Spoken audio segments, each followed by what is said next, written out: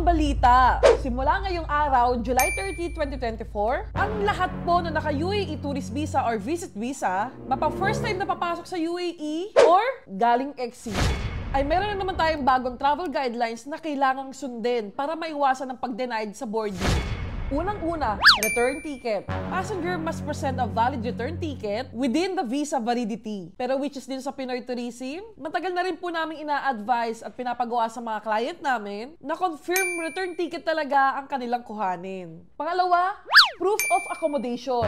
Ang passenger ay dapat merong hotel booking. Don't worry dahil dito sa Pinoy Tourism, matagal na po kami nag-a-assist ng hotel booking para sa aming mga passengers.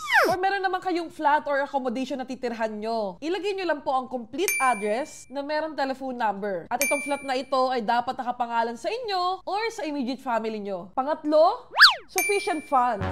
Dapat ang bawat passengers na papasok sa bansang UAE ay merong minimum of $500 or equivalent ito ng 1,850 dirhams o kaya naman 2,000 dirhams mo na para sure. Inuulit ko po, minimum po yan. Or kung talagang cashless ka, pwede nyo rin ipakita ang inyong credit card na dapat nakapangalan sa inyo.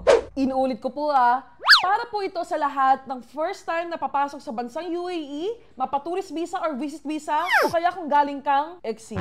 So, paano mga kabayan, nilahat ko na. Pati nationalities. Para sa ibang impormasyon pa po, mag-message lamang po sa Pinoy Tourism, wag po kayong mahiyang message po sa amin. Pwede rin po kayo mag-fill up sa form na nasa link ng caption or nasa comment. Paki-like and follow na rin po ang Pinoy Tourism. Mag-1 million followers na.